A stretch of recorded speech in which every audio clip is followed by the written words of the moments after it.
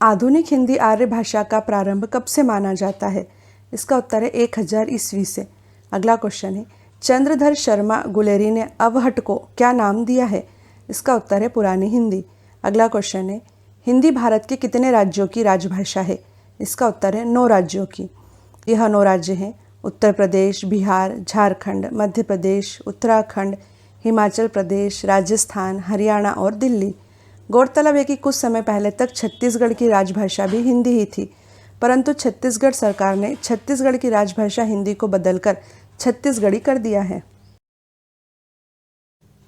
हिंदी भाषा की बोलियों के वर्गीकरण के आधार पर छत्तीसगढ़ी बोली क्या है? इसका उत्तर है पूर्वी हिंदी। अगला क्वेश्चन है, हिंदी भाषा के विकास का सही अनुक्रम क्या है? इसका उत्तर है पाली, प्राकृत, अपभ्रंश और हिंदी। अगला क्वेश्चन है, हिंदी खड़ी बोली किस अपभ्रंश से विकसित हुई है? इसका उत्तर है शौरसेनी से। हिंदी दिवस प्रतिवर्ष किस दिन मनाया जाता है? इसका उत्तर है 14 सितंबर को। अगला क्वेश्चन है, भाषा की सार्थक इकाई क्या है? इसका उत्तर है वाक्य। अगला क्वेश्चन है, भाषा की सबसे छोटी इकाई क्या है? इसका उत्तर है ध्वनि या वर्ण। गौरतलब है कि ध्वनि वर्ण का उच्चारित रूप है और वर्ण ध्वनि का लिखित रूप है। वर्णों के व्यवस्थित समूह को क्या कहते हैं? इसका उत्तर है वर्णमाला। अगला क्वेश्चन है, मूलतः हिंदी में उच्चारण के आधार पर कितने वर्ण होते हैं? इसका उत्तर है 45 वर्ण, जिसमें 10 स्वर तथा 35 व्यंजन होते हैं। अगला क्वेश्चन है, मूलतः हिंदी में लेखन के आधार पर कितने वर्ण होते हैं?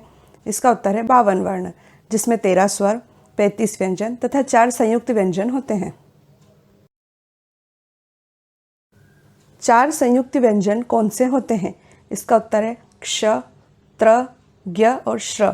अगला क्वेश्चन है, भाषा निर्माण की इकाइयों का सही अनुक्रम क्या है? उत्तर है ध्वनि, शब्द, पद, वाक्य। अगला क्वेश्चन है, किसी शब्द में आए हुए अक्षरों को मात्राओं सहित कहने या लिखने की रीति को क्या कहते हैं? इसका उत्तर है वर्तनी। किसी प्राणी, वस्तु, स्थान, भाव आदि का नाम उसकी क्या कही जाती है? इसका उत्तर है संज्ञा अर्थात नाउन। अगला क्वेश्चन है, व्युत्पत्ति के आधार पर संज्ञा कितने प्रकार की होती है? इसका उत्तर है 3 प्रकार की। पहली है रूढ़ संज्ञा, जैसे राम, यमुना। सेकंड है यौगिक संज्ञा, जैसे पनघट, पाठशाला। तथा तीसरी है योग रूढ़, जैसे जलज। अगला क्वेश्चन है, अर्थ की दृष्टि से संज्ञा कितने प्रकार की होती है? इसका उत्तर है 5 प्रकार की।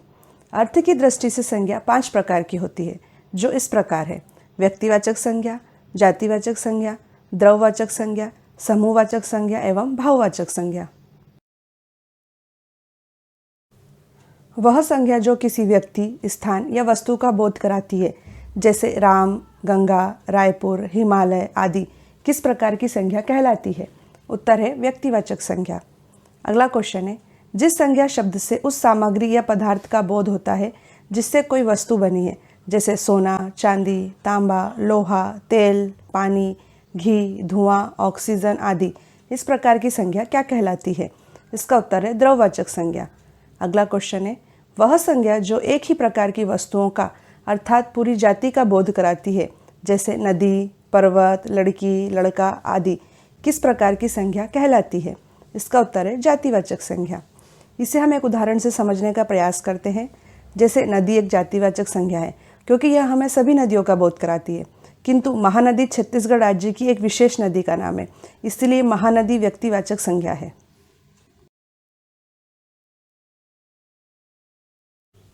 वह संज्ञा शब्द जो किसी एक व्यक्ति का वाचक न होकर समूह अथवा समुदाय के वाचक है, जैसे वर्ग, टीम, सभा, समिति, आयोग, परिवार, पुलिस, सेना, अधिकारी आदि, कौन सी संज्ञा कहलाते हैं? इसका उत्तर है समूहवाचक संज्ञा। अगला क्वेश्चन है, वह संज्ञा शब्द जो किसी भाव, गुण, दशा आदि का ज्ञान कराने वाले होते हैं, जैसे क्रोध, मिठास, यौवन आदि, कौन सी संज्ञा कहलाते हैं? इसका उत्तर है भाववाचक संज्ञा। अगला क्वेश्चन है, शब्द के जिस रूप से यह जाना जाता है कि वर्णित वस्तु या व्यक्ति पुरुष जाति का है या स्त्री जाति का है, उसे लिंग अर्थात जेंडर कहते हैं। लिंग के द्वारा संज्ञा, सर्वनाम, विशेषण आदि शब्दों की जाति का बोध होता है। हिंदी में कितने लिंग हैं? इसका उत्तर है 2 लिंग है, जो है पुल्लिंग और स्त्रीलिंग। विकारी शब्दों के जिस रूप से उनकी संख्या का बोध होता है उसे वचन कहते हैं। हिंदी में कुल कितने वचन हैं? इसका उत्तर है हिंदी में 2 वचन हैं, एक वचन तथा बहुवचन। अगला क्वेश्चन है प्राण, दर्शन, आंसू, होश, बाल, हस्ताक्षर शब्द हमेशा किस वचन में प्रयुक्त होते हैं? इसका उत्तर है बहुवचन में। अगला क्वेश्चन है संज्ञा या सर्वनाम का वाक्य के अन्य पदों विशेषतः क्रिया से जो संबंध होता है उसे क्या कहते हैं? इसका उत्तर है कारक। इसे हम एक उदाहरण से समझते हैं। लक्ष्मण ने इंद्रजीत को बाण से मारा। इस वाक्य में लक्ष्मण क्रिया का कर्ता है, इंद्रजीत इस मारण क्रिया का कर्म है। बाण से यह क्रिया संपन्न की गई है, अतः बाण क्रिया का साधन होने से करण कारक है।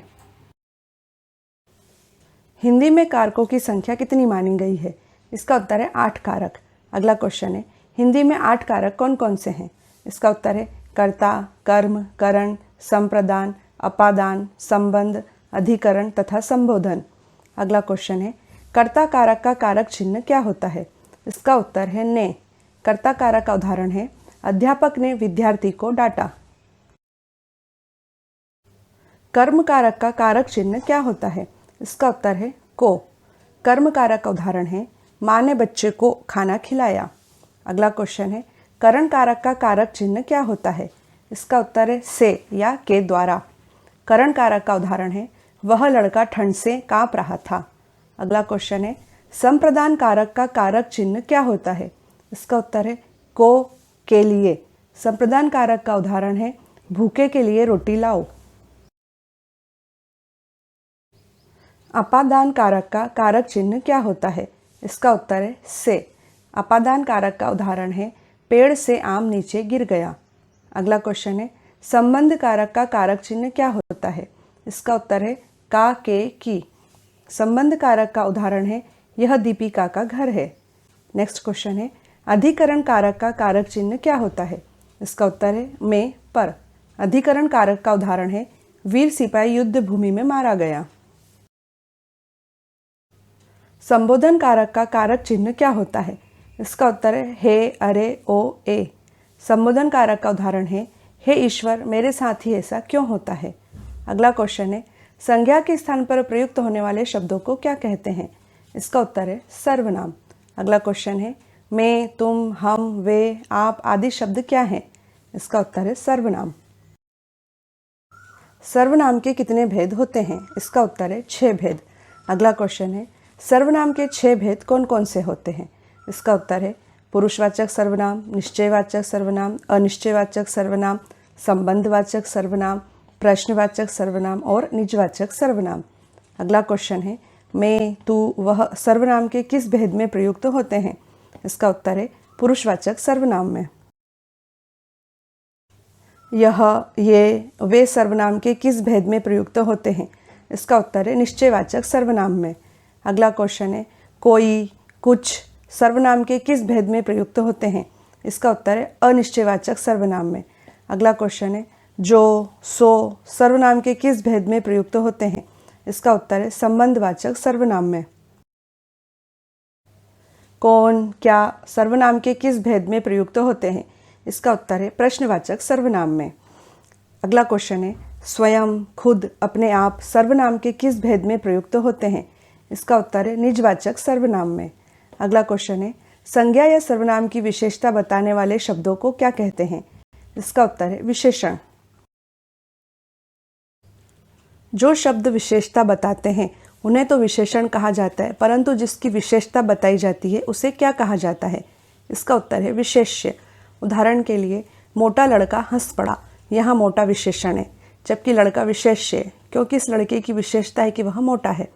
अगला क्वेश्चन है जिस शब्द से किसी कार्य का होना या करना समझा जाए, जैसे खाना, पीना, पढ़ना, सोना, रहना, जाना आदि, उसे क्या कहते हैं?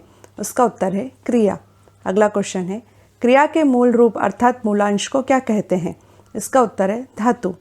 गौरतलब है कि क्रिया के सभी रूपों में धातु उपस्थित रहती है, जैसे चलना क्रिया में चल धातु है, पढ़ना क्रिया में पढ़ धातु है। प्रायः धातु में ना प्रत्यय जोड़कर क्रिया का निर्माण होता है। धातु को पहचानने का एक सरल सूत्र यह है कि दिए गए शब्दांश में ना लगाकर देखें और यदि ना लगने पर क्रिया बने तो समझना चाहिए कि वह शब्दांश धातु है। या फिर क्रिया के साधारण रूपों में ना हटा देने से जो शेष बचे वह क्रिया की धातु है। पहले शब्द के अंतिम वर्ण एवं दूसरे शब्द के आदि वर्णों के मेल से जो विकार अथवा परिवर्तन होता है उसे क्या कहते हैं? इसका उत्तर है संधि। अगला क्वेश्चन है, संधि के नियमों द्वारा मिले वर्णों को फिर मूल अवस्था में ले आने को क्या कहते हैं? इसका उत्तर है संधि विच्छेद। अगला क्वेश्चन है, संधि के पहले वर्ण के आधार पर संधि के कितने भेद किए जाते हैं? इसका उत्तर है 3 भेद, जो हैं स्वर संधि, व्यंजन संधि और विसर्ग संधि। संधि का पहला वर्ण यदि स्वर वर्ण हो तो वह कौन सी संधि कहलाती है? इसका उत्तर है स्वर संधि। अगला क्वेश्चन है, संधि का पहला वर्ण यदि व्यंजन वर्ण हो तो वह कौन सी संधि कहलाती है? इसका उत्तर है व्यंजन संधि। अगला क्वेश्चन है, संधि का पहला वर्ण यदि विसर्ग हो तो वह कौन सी संधि कहलाती है? इसका उत्तर है विसर्ग संधि। स्वर के बाद स्वर अर्थात 2 स्वरों के मेल से जो विकार अथवा परिवर्तन होता है, जैसे सूर्य प्लस अस्त बराबर सूर्यास्त, किस प्रकार की संधि कहलाती है? इसका उत्तर है स्वर संधि। अगला क्वेश्चन है, स्वर संधि के 5 भेद कौन से होते हैं? इसका उत्तर है दीर्घ संधि, गुण संधि, वृद्धि संधि, यण संधि और अयाधि संधि। ह्स्व या दीर्घ स्वर अ ई उ के पश्चात क्रमशः ह्स्व या दीर्घ स्वर अ ई उ आ जाए तो दोनों को मिलाकर दीर्घ आ ई उ हो जाते हैं, जैसे मत प्लस अनुसार बराबर मतानुसार। इस प्रकार की संधि कौन सी संधि कहलाती है? इसका उत्तर है दीर्घ संधि। यदि अ और आ के बाद ई या ई, उ या उ और री स्वर आए तो दोनों के मिलने से क्रमशः ए, ओ और अर हो जाते हैं, जैसे महा प्लस इंद्र बराबर महेंद्र। इस प्रकार की संधि कौन सी संधि कहलाती है? इसका उत्तर है गुण संधि। अगला क्वेश्चन है, अ या आ के बाद ए या ए आए तो दोनों के मेल से ए हो जाता है, और अ और आ के पश्चात ओ या ओ आए तो दोनों के मेल से ओ हो जाता है, जैसे सदा प्लस एव बराबर सदैव। इस प्रकार की संधि कौन सी संधि कहलाती है? इसका उत्तर है वृद्धि संधि। अगला क्वेश्चन है, यदि ई, उ और री के बाद भिन्न स्वर आए तो ई और ई का य, उ और उ का व तथा री का र हो जाता है, जैसे अति प्लस अधिक बराबर अत्यधिक। इस प्रकार की संधि कौन सी संधि कहलाती है? इसका उत्तर है यण संधि। यदि ए, ओ, औ स्वरों का मेल दूसरे स्वरों से हो तो ए का अय, ए का आय, ओ का अव और औ का आव के रूप में परिवर्तन हो जाता है, जैसे पो प्लस अन बराबर पवन। इस प्रकार की संधि कौन सी संधि कहलाती है? इसका उत्तर है अयादि संधि। अगला क्वेश्चन है, जो शब्दांश शब्दों के आदि अर्थात शुरुआत में जुड़कर उनके अर्थ में कुछ विशेषता लाते हैं, जैसे क धन पूत बराबर कपूत, वे क्या कहलाते हैं? इसका उत्तर है उपसर्ग, जिसे इंग्लिश में प्रीफिक्स कहते हैं। अगला क्वेश्चन है, संस्कृत के उपसर्गों की संख्या कितनी है? इसका उत्तर है 22। हिंदी के उपसर्गों की संख्या कितनी है? इसका उत्तर है 13। अगला क्वेश्चन है, उर्दू, अरबी तथा फारसी के उपसर्गों की संख्या कितनी है? इसका उत्तर है 19। अगला क्वेश्चन है, जो शब्दांश शब्दों के अंत में जुड़कर उनके अर्थ में विशेषता या परिवर्तन ला देते हैं, वे क्या कहलाते हैं? इसका उत्तर है प्रत्यय, जिसे इंग्लिश में सफिक्स कहते हैं। हम दयालु शब्द का उदाहरण लेते हैं। दया शब्द के अंत में आलू प्रत्यय जुड़ने से अर्थ में विशेषता आ गई है तथा वह दयालु बन गया है। प्रत्यय के कितने भेद हैं? इसका उत्तर है 2 भेद, जो कि है कृत प्रत्यय तथा तदित प्रत्यय। अगला क्वेश्चन है, वे प्रत्यय जो क्रिया के मूल रूप यानी धातु में जोड़े जाते हैं, जैसे चुन प्लस आव बराबर चुनाव, कौन से प्रत्यय कहलाते हैं? इसका उत्तर है कृत प्रत्यय। अगला क्वेश्चन है, वे प्रत्यय जो क्रिया के मूल रूप यानी धातु को छोड़कर अन्य शब्दों जैसे संज्ञा, सर्वनाम, विशेषण एवं अवयव में जुड़ते हैं, जैसे भूख प्लस आ बराबर भूखा, कौन से प्रत्यय कहलाते हैं? इसका उत्तर है तदित प्रत्यय। 2 अथवा 2 से अधिक शब्दों से मिलकर बने हुए नए सार्थक शब्द को क्या कहते हैं? इसका उत्तर है समास। अगला क्वेश्चन है, समस्त पद के सभी पदों को अलग अलग किए जाने की प्रक्रिया क्या कहलाती है? इसका उत्तर है समास विग्रह या व्यास। अगला क्वेश्चन है, समास रचना में प्रायः दो पद होते हैं, जहाँ पहले को पूर्व पद तो दूसरे को क्या कहते हैं? इसका उत्तर है उत्तर पद। जैसे राजपुत्र में पूर्व पद राज्य है और उत्तर पद पुत्र है। समास के 6 मुख्य भेद कौन से हैं? इसका उत्तर है अवयवी भाव समास, तत्पुरुष समास, कर्मधारय समास, द्विगु समास, द्वंद्व समास और बहुब्रीहि समास। अगला क्वेश्चन है, जिस समास का पहला पद अर्थात पूर्व पद अवयव तथा प्रधान हो, जैसे प्रति प्लस दिन, प्रतिदिन, इस प्रकार के समास को कौन सा समास कहते हैं? इसका उत्तर है अवयवी भाव समास। अगला क्वेश्चन है, जिस समास में बाद का अथवा उत्तर पद प्रधान होता है तथा दोनों पदों के बीच का कारक चिन्ह लुप्त हो जाता है, जैसे राजा का कुमार बराबर राजकुमार, उसे कौन सा समास कहते हैं? इसका उत्तर है तत्पुरुष समास।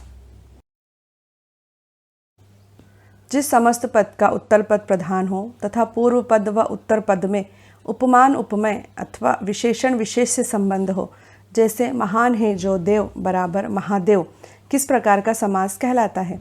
उत्तर है कर्मधारय समास। अगला क्वेश्चन है, जिस समस्त पद का पूर्व पद संख्यावाचन विशेषण हो, जैसे दो पहरों का समूह बराबर दोपहर, किस प्रकार का समास कहलाता है? इसका उत्तर है द्विगु समास। अगला क्वेश्चन है, जिस समस्त पद के दोनों पद प्रधान हो तथा विग्रह करने पर और एवं या अथवा लगता हो, जैसे सुख और दुख बराबर सुख दुख, माता और पिता बराबर माता पिता, किस प्रकार का समास कहलाता है?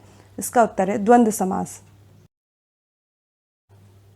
जिस समस्त पद में कोई पद प्रधान नहीं होता तथा दोनों पद मिलकर किसी तीसरे नए पद का निर्माण करते हैं, जैसे नीलाकंठ, नील है कंठ जिसका अर्थात शिव, यहाँ पर दोनों पदों ने मिलकर एक तीसरे पद शिव का संकेत किया है, इसीलिए इस प्रकार का समास कौन सा समास कहलाता है? इसका उत्तर है बहुब्रीहि समास। अगला क्वेश्चन है, संधि तथा समास में मुख्य अंतर क्या होता है? इसका उत्तर है संधि वर्णों का मेल है, जबकि समास शब्दों का मेल है। अगला क्वेश्चन है, हिंदी में अनेक शब्द संस्कृत से सीधे आए हैं और आज भी हम इनका उसी रूप में प्रयोग कर रहे हैं, अतः संस्कृत के ऐसे शब्द जिसे हम ज्यों का त्यों प्रयोग में लाते हैं, जैसे अग्नि, वायु, सूर्य आदि, कौन से शब्द कहलाते हैं? इसका उत्तर है तत्सम शब्द।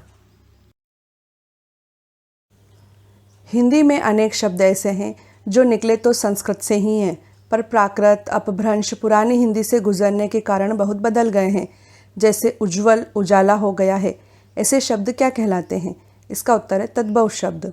अगला क्वेश्चन है, ऐसे शब्द जो क्षेत्रीय प्रभाव के कारण परिस्थिति व आवश्यकता अनुसार प्रचलित हो गए हैं, जैसे थैला, गड़बड़, पेट, पगड़ी, लोटा आदि, ऐसे शब्द क्या कहलाते हैं? इसका उत्तर है देशज या देशी शब्द। अगला क्वेश्चन है, अन्य देश की भाषा से आए हुए शब्द कौन से शब्द कहलाते हैं? इसका उत्तर है विदेशज शब्द। गौरतलब है कि हिंदी में अनेक शब्द ऐसे हैं जो हैं तो विदेशी मूल के हैं, परंतु परस्पर संपर्क के कारण हमारे यहाँ प्रचलित हो गए हैं। विदेशज शब्दों में से कुछ को ज्यों का त्यों अपना लिया गया है, जैसे ऑर्डर, कंपनी, कैंप, क्रिकेट इत्यादि, जबकि कुछ को हिंदीकरण अर्थात तदभवीकरण करके अपनाया गया है, जैसे ऑफिसर का अफसर, लेंटर्न का लालटेन, हॉस्पिटल का अस्पताल, कैप्टन का कप्तान इत्यादि। काव्य को पढ़ने या सुनने से जिस आनंद की अनुभूति होती है उसे क्या कहा जाता है? इसका उत्तर है रस। अगला क्वेश्चन है, मूलतः रस 9 ही माने जाते हैं, परंतु बाद में हिंदी भाषा के आचार्यों ने किन 2 और रसों को मान्यता दी है? इसका उत्तर है वत्सल्य रस व भक्ति रस। श्रृंगार रस के व्यापक दायरे में वत्सल रस व भक्ति रस आ जाते हैं, इसीलिए रसों की संख्या 9 ही मानना ज़्यादा उपयुक्त है। अगला क्वेश्चन है, श्रृंगार रस का स्थायी भाव क्या है? इसका उत्तर है रति या प्रेम। हास्य रस का स्थायी भाव क्या है? इसका उत्तर है हास। अगला क्वेश्चन है, करुण रस का स्थायी भाव क्या है? इसका उत्तर है शोक। अगला क्वेश्चन है, वीर रस का स्थायी भाव क्या है? इसका उत्तर है उत्साह। रौद्र रस का स्थायी भाव क्या है? इसका उत्तर है क्रोध। अगला क्वेश्चन है, भयानक रस का स्थायी भाव क्या है? इसका उत्तर है भय। अगला क्वेश्चन है, विभत्स रस का स्थायी भाव क्या है? इसका उत्तर है जुगुप्सा या घृणा। अद्भुत रस का स्थायी भाव क्या है?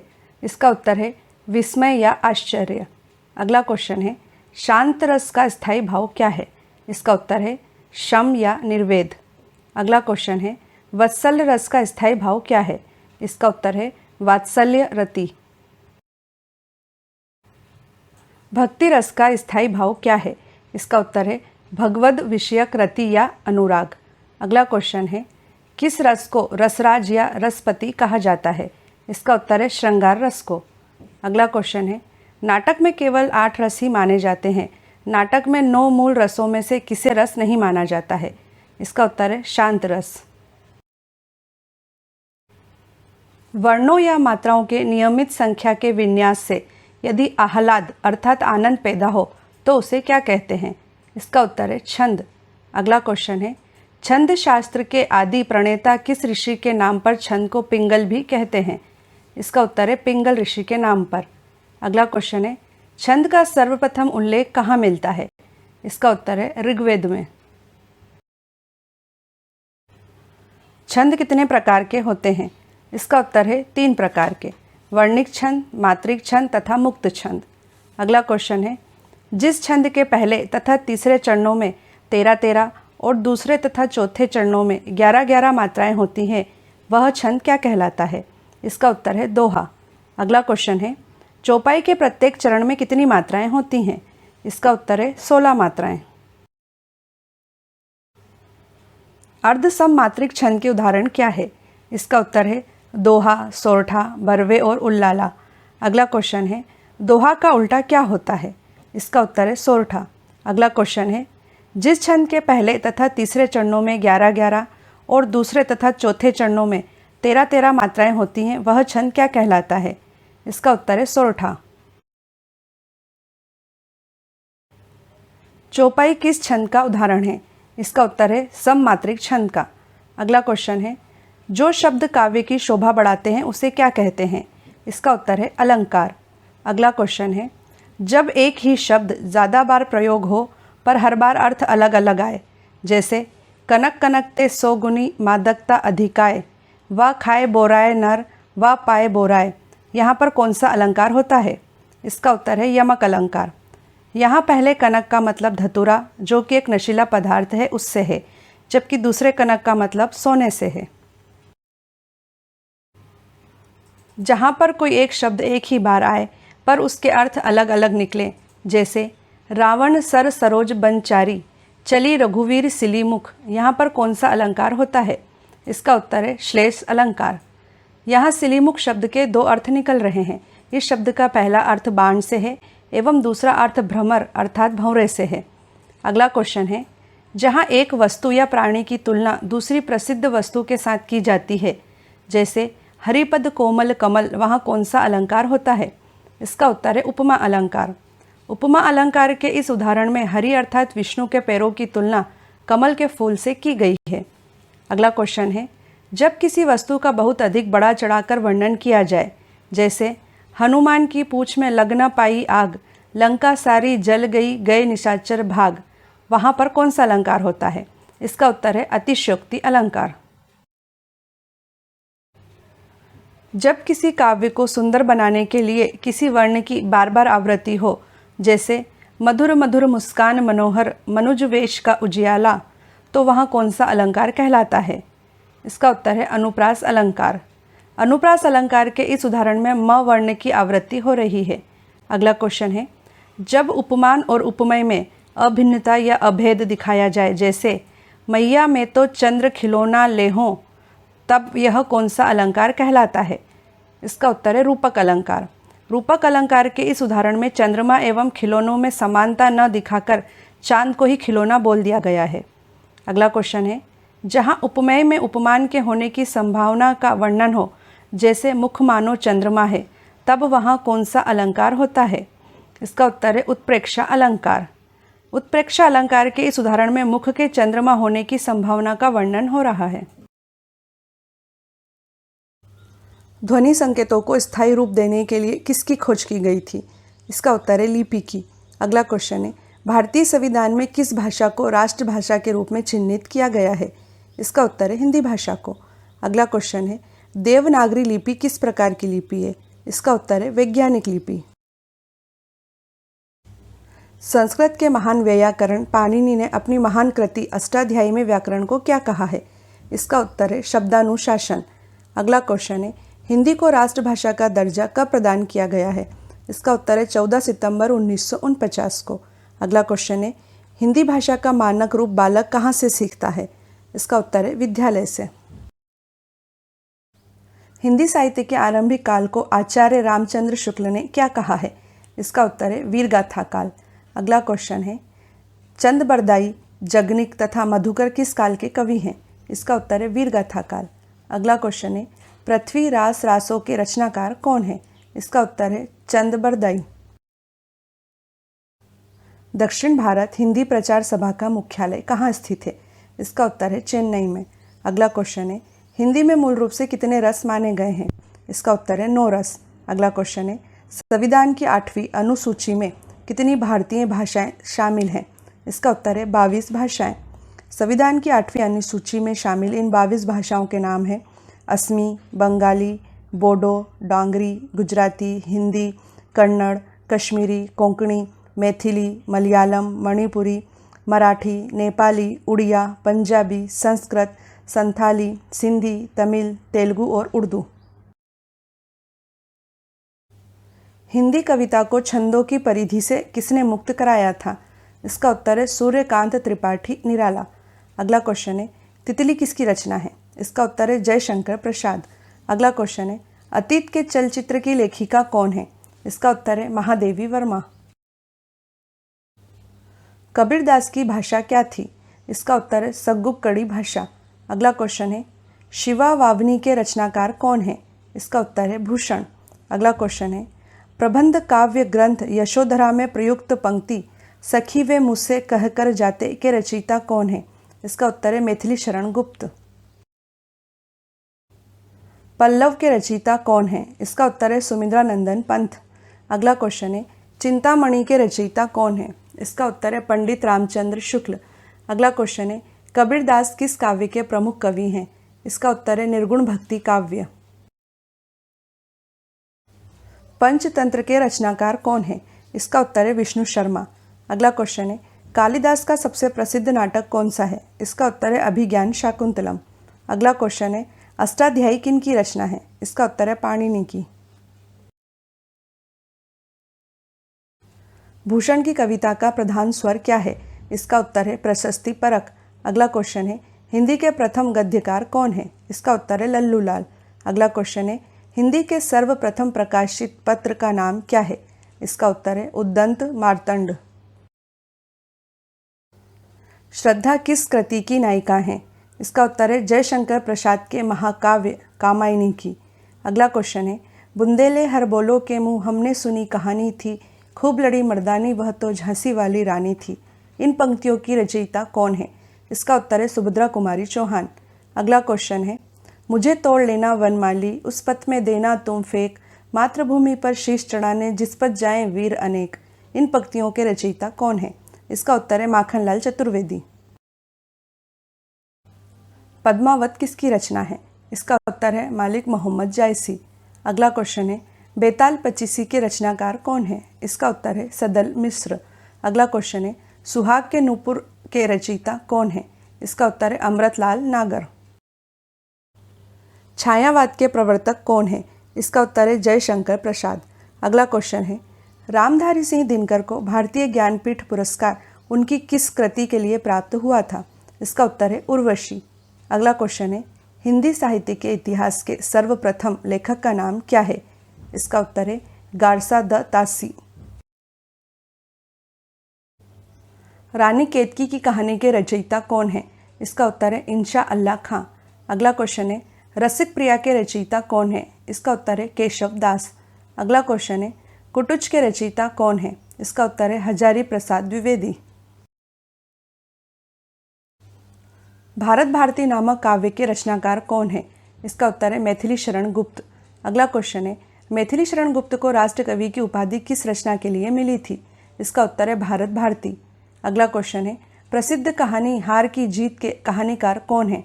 इसका उत्तर है सुदर्शन। साँच बराबर तप नहीं, झूठ बराबर पाप।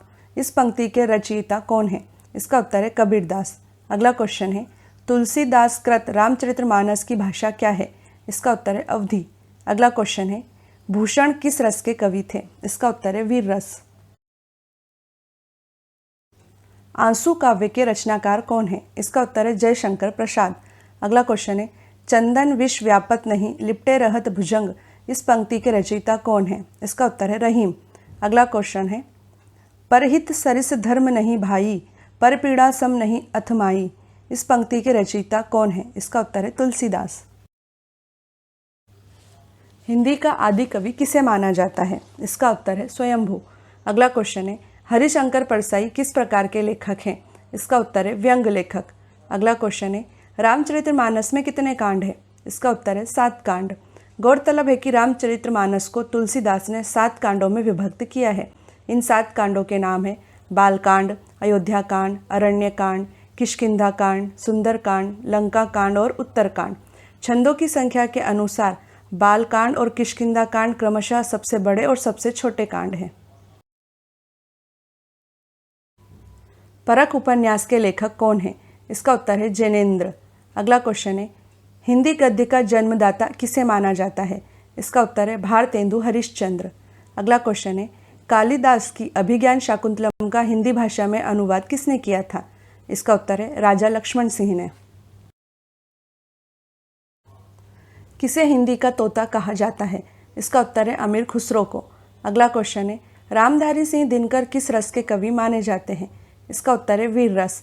अगला क्वेश्चन है सूर्यकांत त्रिपाठी निराला को कैसा कवि माना जाता है? इसका उत्तर है क्रांतिकारी कवि। विद्यापति की पदावली की भाषा क्या है? इसका उत्तर है मैथिली। अगला क्वेश्चन है पांडे बेचैन शर्मा को किस उपनाम से भी संबोधित किया जाता है? इसका उत्तर है उग्र। अगला क्वेश्चन है हिंदी रीति काल के प्रसिद्ध कवि बिहारी किस राजा के दरबारी कवि थे? इसका उत्तर है जयसिंह। हिंदी भाषा के विकास के किस काल को स्वर्ण काल कहा जाता है? इसका उत्तर है भक्ति काल। अगला क्वेश्चन है सूरदास के गुरु कौन थे? इसका उत्तर है बल्लभाचार्य। अगला क्वेश्चन है कामायनी किस प्रकार का ग्रंथ है? इसका उत्तर है महाकाव्य। ध्रुव स्वामिनी नाटक के रचयिता कौन है? इसका उत्तर है जयशंकर प्रसाद। अगला क्वेश्चन है आत्मनिर्भरता नामक निबंध के रचनाकार कौन है? इसका उत्तर है बालकृष्ण भट्ट। अगला क्वेश्चन है गंगा छवि वर्णन कविता के रचनाकार कौन है? इसका उत्तर है भारतेंदु हरिश्चंद्र।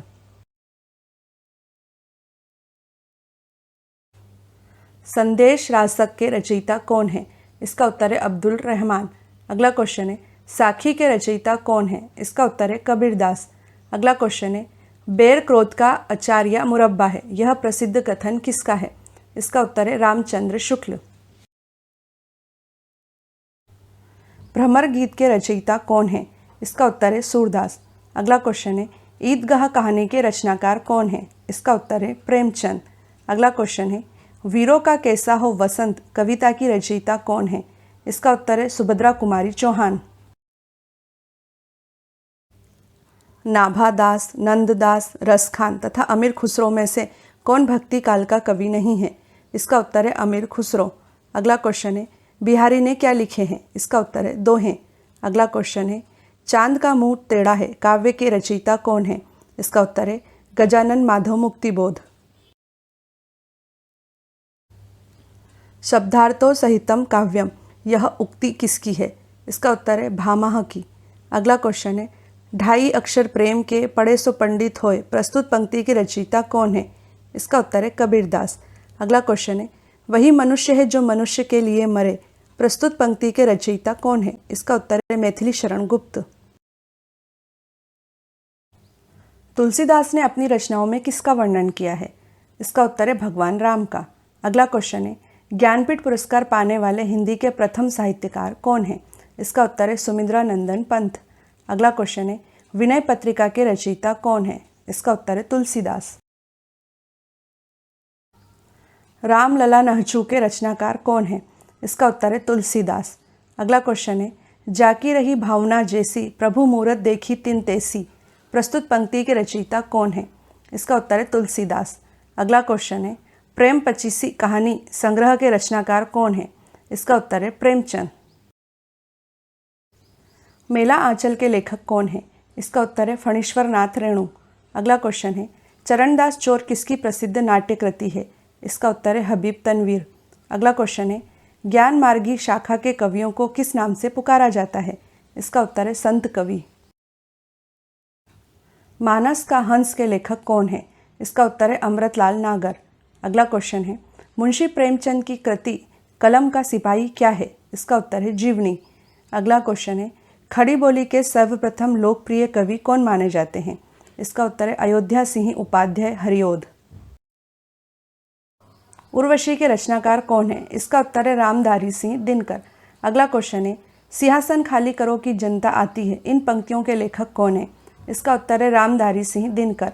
अगला क्वेश्चन है मृगनयनी उपन्यास के रचनाकार कौन है? इसका उत्तर है वृंदावन लाल वर्मा। कितने पाकिस्तान नामक उपन्यास के लेखक कौन है? इसका उत्तर है कमलेश्वर। अगला क्वेश्चन है प्रकृति के सुकुमार कवि किसे कहा जाता है? इसका उत्तर है सुमिंद्रानंदन पंत को। अगला क्वेश्चन है एक भारतीय आत्मा किसे कहा जाता है? इसका उत्तर है माखनलाल चतुर्वेदी। ज्ञानपीठ पुरस्कार किस क्षेत्र में श्रेष्ठ कार्य के लिए दिया जाता है? इसका उत्तर है साहित्य के क्षेत्र में। अगला क्वेश्चन है रंगभूमि उपन्यास के रचनाकार कौन है? इसका उत्तर है मुंशी प्रेमचंद। अगला क्वेश्चन है अंधा युग उपन्यास के लेखक कौन है? इसका उत्तर है धर्मवीर भारती। राष्ट्रकवि की उपाधि किस हिंदी कवि को दी गई है? इसका उत्तर है मैथिली शरण गुप्त को। अगला क्वेश्चन है प्रसिद्ध तिलस्मी उपन्यास चंद्रकांता के रचनाकार कौन है? इसका उत्तर है देवकी नंदन खत्री। अगला क्वेश्चन है हिंदी की प्रसिद्ध कहानी पंच परमेश्वर के रचयिता कौन है? इसका उत्तर है मुंशी प्रेमचंद। गीतांजलि के रचनाकार कौन है? इसका उत्तर है रविंद्रनाथ टैगोर। अगला क्वेश्चन है देशभक्ति गीत ए मेरे वतन के लोगों जरा आंख में भर लो पानी के रचनाकार कौन है? इसका उत्तर है कवि प्रदीप। अगला क्वेश्चन है हिंदी का सर्वप्रथम अखबार का क्या नाम है? इसका उत्तर है उत्तंड मार्तंड। कली कथा बायपास की लेखिका कौन है? इसका उत्तर है अलका सरावगी। अगला क्वेश्चन है राग दरबारी उपन्यास के रचयिता कौन है? इसका उत्तर है श्रीलाल शुक्ल। अगला क्वेश्चन है प्रसिद्ध कहानी पूस की रात के रचनाकार कौन है? इसका उत्तर है मुंशी प्रेमचंद। भाषा परिवार के आधार पर हिंदी किस परिवार की भाषा है? इसका उत्तर है भारोपीय अर्थात इंडो यूरोपियन परिवार की भाषा। अगला क्वेश्चन है भारत में बोलने वालों के प्रतिशत के आधार पर कौन सा परिवार सबसे बड़ा भाषा परिवार है? इसका उत्तर है भारोपीय परिवार। अगला क्वेश्चन है भारत में बोलने वालों के प्रतिशत के आधार पर कौन सा परिवार दूसरा सबसे बड़ा भाषा परिवार है? इसका उत्तर है द्रविड़ भाषा परिवार। प्राकृत की अंतिम अवस्था अपभ्रंश के अवहट से किस भाषा का आविर्भाव माना जाता है? इसका उत्तर है हिंदी भाषा का। अगला क्वेश्चन है आकृति या रूप के आधार पर हिंदी किस प्रकार की भाषा है? इसका उत्तर है वियोगात्मक या विश्लिष्ट भाषा। अगला क्वेश्चन है भारत में कितने भाषा परिवार मिलते हैं? इसका उत्तर है 4 भाषा परिवार जो हैं भारोपीय, द्रविड़, ऑस्ट्रिक व चीनी तिब्बती। सामान्यतः हिंदी भाषा के इतिहास का आरंभ किस भाषा से माना जाता है? इसका उत्तर है अपभ्रंश से। अगला क्वेश्चन है संघ की राजभाषा हिंदी और लिपि देवनागरी होगी, यह संविधान के किस अनुच्छेद में कहा गया है? इसका उत्तर है अनुच्छेद 343 में। अगला क्वेश्चन है वर्तमान हिंदी का प्रचलित रूप क्या है? इसका उत्तर है खड़ी बोली।